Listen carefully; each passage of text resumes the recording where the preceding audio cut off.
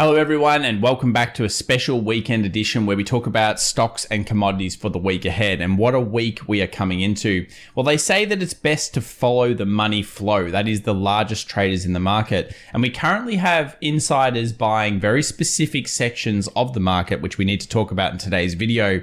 But on top of that, we have so many big bits of news coming up. Not only do we have some inflation numbers coming up for the week ahead, but we're also heading into one of the best weeks statistically that usually has the bulls. What happens after that is very interesting. We'll cover that and more right now. So stay tuned as we go through all these markets for the week ahead. This will be a good one. See you soon.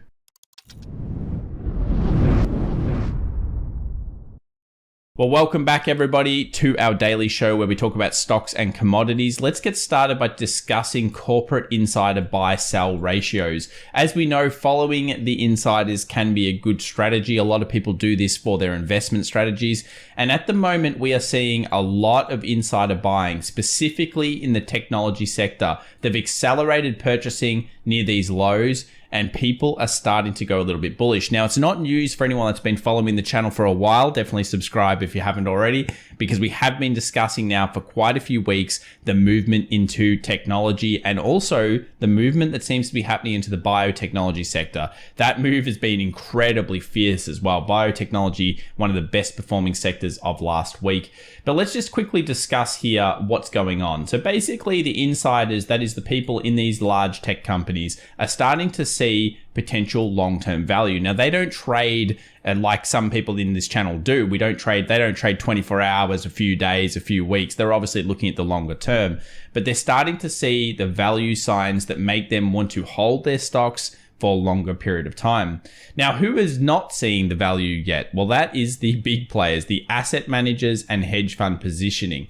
This is actually hitting all-time lows here over the last decade plus. And that's not necessarily a great sign, but what we have seen in the past is that when all the asset managers get too short, sometimes it's time for a little bit of a rally or potentially even close to the lows on markets. Now, I'm not saying that we're close to the lows. You'll see some stats later that make me think that we are going further down later on this year, but this is all part of it. Now, following asset manager and hedge fund positioning, we certainly do bring it up here on the channel quite regularly. We haven't quite seen the switch to the positive side yet. While we rally in the stock market, they continue to dump positions into us, the retail traders. So stay tuned on the channel as we follow these asset managers and hedge fund managers over the next couple of weeks. I think it's going to be pivotal to many key systems out there and figuring out what the big players are doing in these markets. Such an important concept. Consumer confidence is also a very important concept in markets. As you can see, the average subsequent gains over 12 months for the S&P 500 is 8 sentiment peaks, 4.1%. Well, I certainly wouldn't want to get near the top of the sentiment. And then 8 sentiment troughs, 25%. This is what some investors are starting to look at. They're starting to say, well, yeah, we could go down another 20%, maybe even another 30% in certain stocks. But is the risk reward becoming worthwhile? And as you can see here, we actually are hitting a new low on consumer confidence, which has tended to be near the lows in markets. Is it this time? Well, only time will tell, unfortunately, on that one.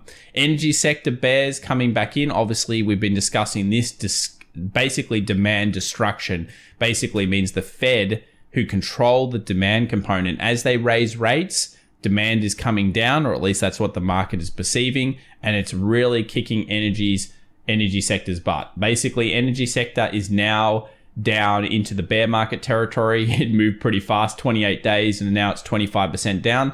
On average, it tends to go around 32.54%, but we'll take a look at energy later. And at this stage, it is falling off a cliff for probably very good reasons. It could fall even further though, because the Fed is going to have to raise rates possibly a little bit more, as we saw with that strong jobs number that came out on Friday from the US. Let's talk about averages. Averages are super important.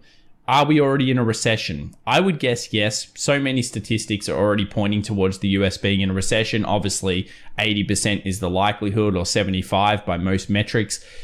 Based on what I'm seeing, based on what you are all seeing out there, we probably are in a recession. Generally, you find out that you're in a recession near the end of recession. That's the sad thing about how far these stats go.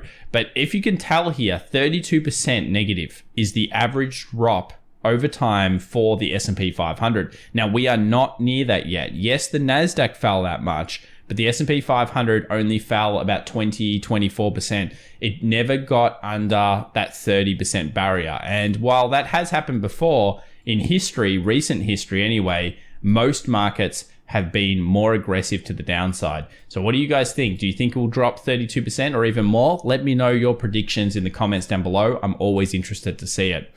Another reason why we could rally here, basically sentiment. Retail sentiment, similar to the market actually, similar to the hedge funds and the bigger players, is incredibly negative. Now, when everyone believes something, it tends not to happen as much. 52.8% as of last week recorded as saying they were bearish in the market. 27.8% were neutral and 20% basically here were bullish. That's a pretty low figure. Now, tends to be when everyone's so negative, the market actually ramps. And that's why we often look at price action as being one of the most important things. And being contrarian to what everybody else is thinking, especially retail, can be very strong concept. So here, 52.8% of people bearish. That's not necessarily a sign that the market's going to fall over just like that. Not just yet, I think, from this perspective.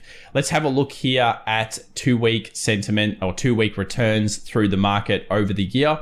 And usually July, the first 2 weeks of July, have been the strongest on record for 70 years now. This is an important stat because it leads into some important information. This week we have inflation. We will know whether or what kind of numbers are coming out there. The week after this week, we enter into earnings season. The big ones, the big banks and everything start to come out. Now, if they report poorly and give bad guidance, what's the market going to do? Drop down. So I think this week is super important. There's some charts we'll look at later on for the S&P 500 where we'll talk about gaps and areas that we think could fill. And they will all make perfect sense with the market kind of rallying here, then diving possibly into that earnings, getting a little bit of euphoria before an earnings season. Market loves to do that and then falls off. Make sure you follow and subscribe to the channel because we'll also be following the money flow over the next few weeks of these big traders. Let's talk about stats. As we know, one of the better weeks here in the markets tends to be the second week of July. So far, first week, so good. And then we get that big options expiration as well, which tends to be pretty bad. That's the Friday ahead of earnings. Will there be some profit taking around here? Certainly could be. We'll be on the watch and of course look out for that. The market becomes very questionable after that point. And that really just is earnings and also a tendency to be weak into obviously August, September. We know that September is the worst month of the year for stock markets, especially the S&P 500. Will it be again in 2022? Well, the stats would say yes. We'll find out. And obviously we'll see it in the price charts. So continue to follow along.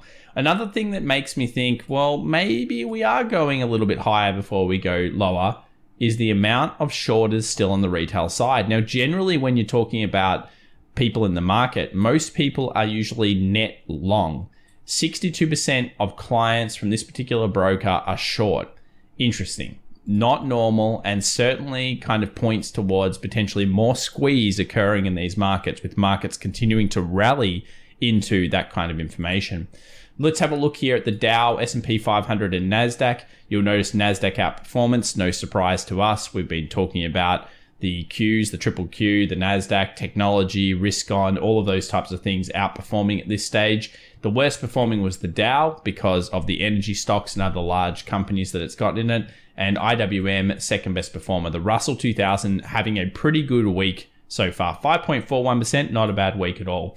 Let's talk about the sectors. As we mentioned, I think the good one was IBB. Biotech, I'll give you guys a clap. You know, we've been doing live streams on the channel for what it seems years and years, and probably has been by now, but we always do a Monday live stream. And we've been talking about biotech now consistently for 3 weeks. It's been very good. And this is only 1 week of returns. Superior to the market, that's what you want. And very, very nice price action. So well done to anyone that's been looking at IBB. It's been trading in the bios. You've done well. And they actually look like they're recovering. But as you'll notice on the charts, they're getting close now to a resistance as well. So be careful there. The utilities, the staples, the healthcare, they were the worst performing for the week. These are the ones that usually Wall Street bunkers down on. This week ahead, I think we'll need to watch what they do with the staples, the healthcare, and the utilities. If they start jumping back into those sectors in a big way, could be an early warning sign to maybe bunker up and to be very nimble and fast in these markets. Let's talk about demand destruction. Yes, that's what we're talking about now. The market's basically freaked out a few weeks ago. So a few weeks ago, we saw copper fall through the floor. And when copper, or Dr. Copper as they call it, falls through the floor, it's not a good sign. It usually means there is a sickness on the way for the markets. It's often a recessionary kind of sign in the markets. It means that demand is falling across the board, which obviously we know the Fed has been trying to achieve, and that at some point we might even be going into a recession that then will need to have rate cuts, and just in general, the economy is not good. So copper has told us that it's rebounded off the previous resistance, but watch out if it gets below this level. Something you might want to just set an alert on in the future, because most people out there probably don't watch copper as much as I do, but if it gets under this zone, whoa, that's bad. And we don't want that. It's pretty much recession confirmed at that point. The DXY, the dollar, what's happening on the US? Well, the US dollar, interesting Friday. This was the non-farm reports. We saw the non-farms come out. Strong report for the jobs numbers in the US. A lot of people didn't expect that. In fact, it wasn't even in the forecast that way.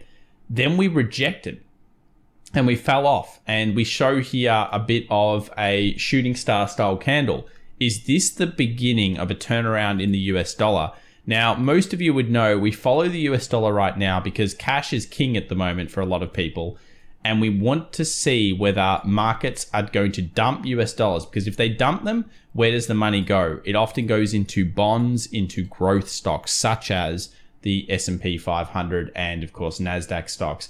If we get underneath here, maybe we begin the process of movement down. That is the 106.70. I'll be watching that this week, and I'll also be watching the 106.30. Calling the top here on the US dollar is dangerous, but that's that first good sign. And always practice patience, guys. Going against a trend like this is dangerous. Patience, react, don't predict. It's words to live by in the market. Has that helped any of you? Let me know in the comments down below. I know I've been doing a bit of mentoring with a few of the people in the community out there. You guys have been smashing it, and I'm very proud of the way that everyone has changed their sentiment. It's so important. I cannot stress it enough. If you don't understand what's happening in the market, frankly, don't trade it, yeah? Until you understand what's happening or you have a better idea. This is a trade or a concept of edge.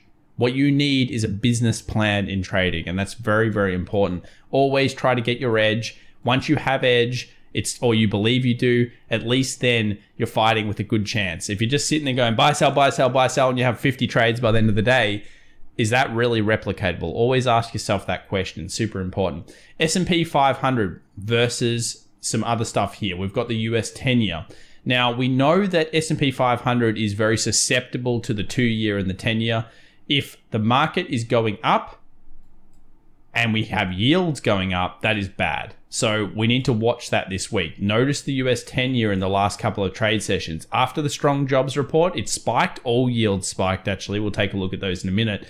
And we ended up seeing, some pretty big strength. You'll see here on the 10-year, it's kind of the point of no return. It needs to drop down now for this rally to be real. But if we have the stock market going up, and yields are going up, that's what happened a little while ago. If we go back here to some of the horror shows that have happened this year, where we've had basically markets going up and at the same time yield going up. Remember March? That's what could be in store for us. A nasty trap here by Wall Street. Speaking about traps and what the predictions are in the future, I'll just quickly rattle off a couple of numbers to help some of you out there. By December, the markets expect rates to be at 3.4%. So don't be surprised if that's where we're sitting. By April of 2023, they expect interest rates in the US to be at 3.6%. Notice both of these have spiked considerably since that jobs number and since the bottoming of the last week. Then we go into September of 2023. This is where things get very interesting. Rates lower, showing that the market considers that we are going into a recession and the Fed is going to have to raise rates and then cut rates aggressively after that to try to support the economy. Do not be surprised if that happens. That is the current prediction by the market, not by me, by the market telling us what's going on in the future. So that could help you out as well. Let's look at gold. Gold fell off. Of course, there's a whole bunch of reasons why this could have occurred. From a technical perspective, we broke the beautiful trend line around our demand zone previously. Gold is, in my opinion, a bit of a no touch at the moment.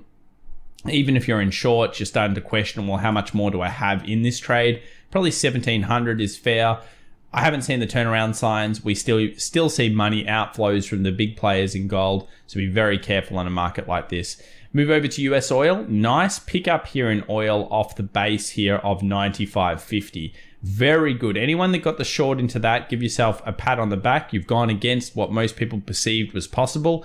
You've done well, and the market has gone to that level. Congratulations. If we go down to the 1 hour though, things have changed a little bit. So here we have a slight change of trend and a pullback to it. I'm not too sure about the oil markets. I don't really like the look of them for this week at this stage. So I'll come back to them later if we get something. It's sitting in the middle. I would say the small time frame is up, the large time frame is down. That's a bit of confusion to me. I don't really like those types of markets. Let's move over to the Tesla trade. Tesla outperforming the general market, which is good. That's what you expect. Obviously, Elon pulled out, it looks like, of Twitter. Is he going to put the money back into Tesla stock? I don't think so, guys. That's not what's going to happen. But some people are starting to say that. I doubt it. We'll find out.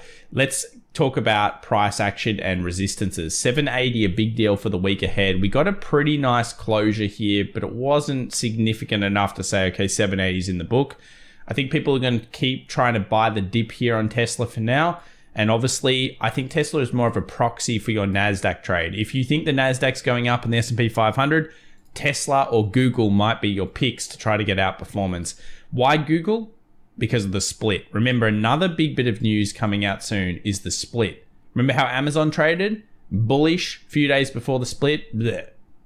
It busts down. Retail traders are sniffing this out. A few people in our private community, links in the description down below if you're interested in joining that or just joining our public community. We're talking about buying Google last week into the split.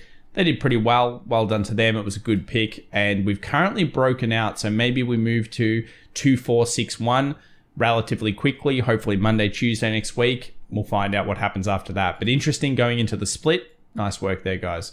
Now, we do have QQQ versus SPY. This is how you can figure out whether it's risk on or risk off in markets. And look at this trend line that goes back so many years. It goes back all the way to 2002 if you scroll it out like this. And what you'll notice is that we hit that recently. We spoke about it about a month ago. And everything since then is pointed towards the market picking up technology over the S&P 500, a full-on rotation. So not only are the insiders rotating, but also the bigger hedge funds and managed funds that have to be invested in the market are saying, look, at the moment, would I rather own Amazon this price or would I rather own this really overpriced potential in metal stock or something? And the answer they came up with was, well, I'd rather buy Amazon at the discount because I have to be invested in the market. That's what's happened so far, and we've seen that turnaround. So at this stage, expect the Nasdaq to potentially be stronger than the S&P, at least during this current rally that we're seeing. Speaking of the Nasdaq, we're at resistance. You can see we haven't quite filled the gap. The gap's sitting here at 12,275. What a gap is it's the difference between the previous close and the open, and it leaves, some people call it an inefficiency or something in markets. Often gaps do get filled. Don't bank on it. Don't guess that it's always going to happen. It just tends to happen a little bit more often. So yeah, there is a gap there. And obviously Nasdaq is moving towards, one of the other things that we like, which is a lightning bolt. Could we be moving to a 12.8? Most people have that in their ideas here of where this market's going for the next week. It's a very valid kind of level. Let's move over to the S&P 500. The S&P 500 here, we have a gap. Where does the gap close? It closes around 4,017.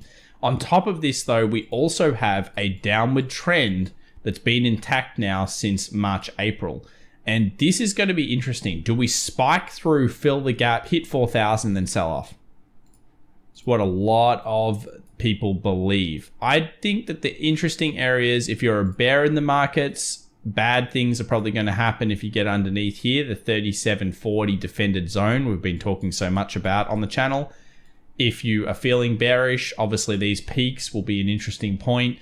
And the other one, which would be consistent with the Nasdaq, would be here, the 4100. Do we actually manage to get back to that level, sell off, and that begins kind of like a bad market here? There's so many possibilities. From the price action that we saw on the Friday, it didn't give us too much, because you can see it just actually went up a little bit off the bottom. That was correct. Obviously, well done to people in the private and also people that watched the video. A few of you messaged me about this. But the market then rallied, sold that, and you can see here as we go down through the time frames, it's making higher lows, but it's not breaking through this 39.20 at this stage. This will be a very interesting Monday. We'll come back and watch it, because I don't think we can get too much other information other than at the moment, the trend is currently up, okay? The trend on the small times is currently up. We've had the double bottom here. We've currently got a 4-hour kind of change trend to the way up, but anything can happen. We'll continue to watch it. Bears might be looking for new lows here, pushing it back down. I think the big level though for bears is either the higher resistances or around that 37.40. That's going to be a big one if we end up hitting it. Futures, same thing. You can see the kind of congested zones here, 38.08, 38.65 now. And then of course the resistance here at 39.36. That'll be a big level to break through. Look at those two tops, the trend line here from the futures market, all kind of interjecting at that zone. What a big one. Let's have a look at options. Options 393. So much stuff to cover this week. I can't believe how many things we're talking about here. But we've got options as well, 393. That's the max pain. That's actually higher than the current market. Do we get there? Probably. Does that matter? Probably not this much. I think that these are the two important areas. We've got 400 starting to emerge as a bit of a call area where people are trying to buy into the market. I think that if we come back to this Monday, Tuesday after the closes, we might see some real shifts here in this week's big maturity. So there's a lot of puts still in this market, but there's a bit of calls coming through 400. Let's come back to the options and explain that later on in this week's video. Bitcoin, not much to say about it. Broke this level, ended up rejecting, creating a shooting star. Doji, there's orders here, and it's a little bit weak on the weekend. I don't think Bitcoin's controlling its own market right now. It seems to be following just the stock market. If the stock market, such as Nasdaq, is going up, Bitcoin is rallying. Otherwise, it's just not finding much bid. Be careful in this market at this stage, guys. It's a crypto winter almost for sure at this point. If you haven't already, come and follow us over at FX Evolution on Twitter. We're posting a lot more there. We'll have some great posts for you this week. And of course, earnings season's going to be one that I'm very, very interested in. So I'll be posting all over Twitter. Come and join us through that. And for the week ahead, the big news, core CPI, 8:30 a.m., Wednesday, July 13th. This is New York time for anyone that doesn't know. And that's going to be a big number. Then we've got PPI after that. Oof, another big one. Thursday, July 14th. And then we have core retail sales and retail sales Friday, 8:30 a.m. New York time. So all pre-market action a lot of the time here for the big news announcements. It's going to be volatile, I would expect, around those points. The algorithms will be going crazy. And then after that, we start the bigger earnings weeks as well. So there's so much information coming out. Stay safe out there, guys. If you haven't already subscribed, smash that like button. We're so close to 100K, and that's thanks to everyone out there in the community. And we're about to hit, I think, 10,000 members in Discord. So thanks so much, guys. Have a great weekend. We'll see you next week. Bye for now.